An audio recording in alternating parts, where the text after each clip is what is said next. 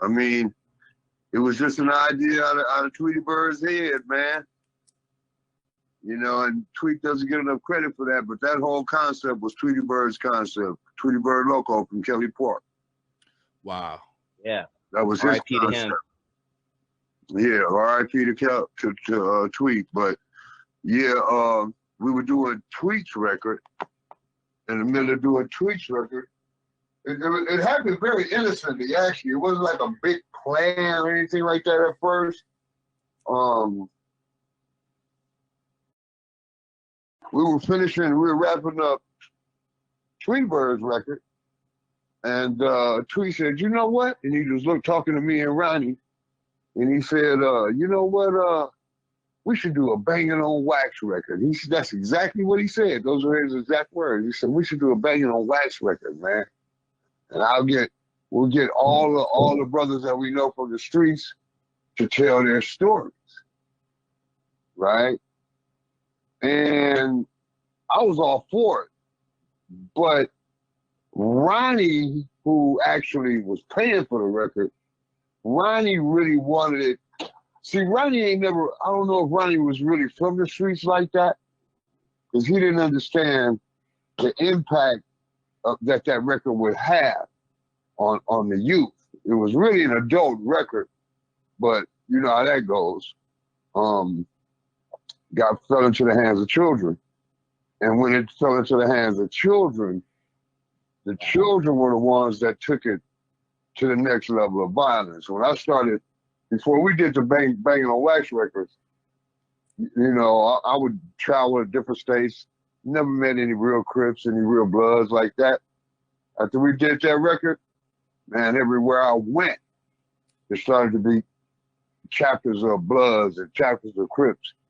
And I wanted the approach of the record to be more cautionary. And Ronnie was like, no, man, I want them to bang out because, you know, I want the world to see that it's all fun and woo. But see, here's what Ronnie didn't understand. It wasn't about fun because he wasn't from the streets.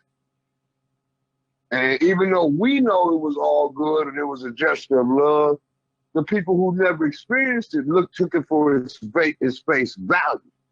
And that's why I think it became so influential. And to this day, we still seeing the impact of that record and what it's done, besides the fact of the high incarceration of young black men who were exposed to other black men who had been in the streets, represent gang sets and things of that nature. You know what I mean? Okay. The record was impactful to the point, first of all, nobody thought that record would take the legs that it did. Nobody did, right? When we started doing the record, because we did that Leon Haywood's joint. When we started doing the record, Leon came in, him and a brother named Duffy, who was an independent record promoter. Duffy Hooks. Yeah, Duffy was my boy. I've been knowing Duffy since Maverick Splash, right? Yep. Duffy and Leon came in the control room and told Ronnie, bro, do not give this record to Russ Reagan. And because Leon was one of those independent cats, he didn't trust nobody. And with good reason, right? But he said, man, they're going to steal that record from him. They're going to take the record. But Ronnie wanted to be in bed with, you know, another culture who didn't understand the record and, you know, and didn't care about the record or the people that participated in the record. That's why nobody made no money from the record, right? Tweet didn't make no money from the record. All the participants in the record, half of them ended up in jail, and the other half ended up dead.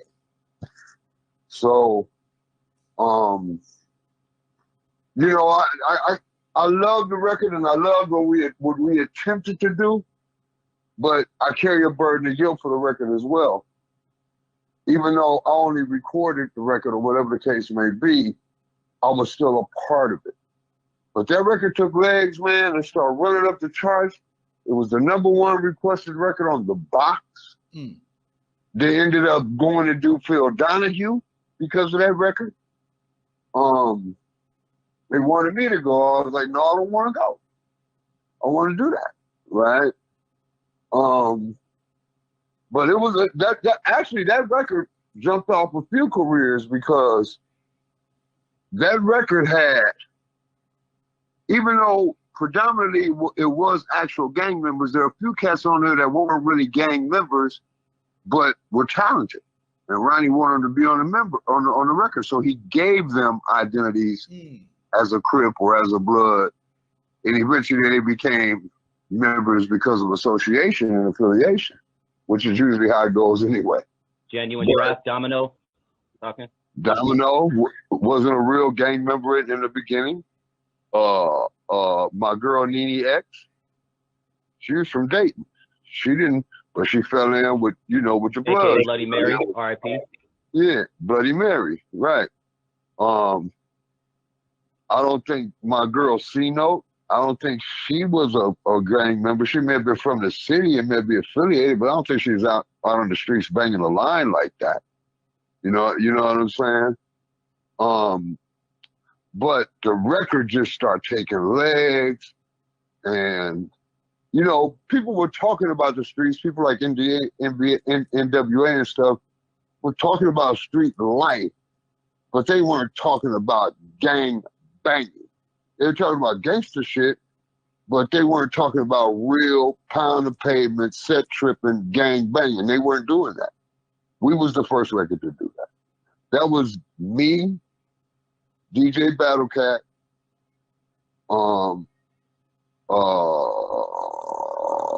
Jay Shanklin, rest in peace, Geek and Noise, Geek is dead now, rest in peace, Box, Cluso, Big Cluso, rest in peace. There was quite a few hands in the record in terms of production, but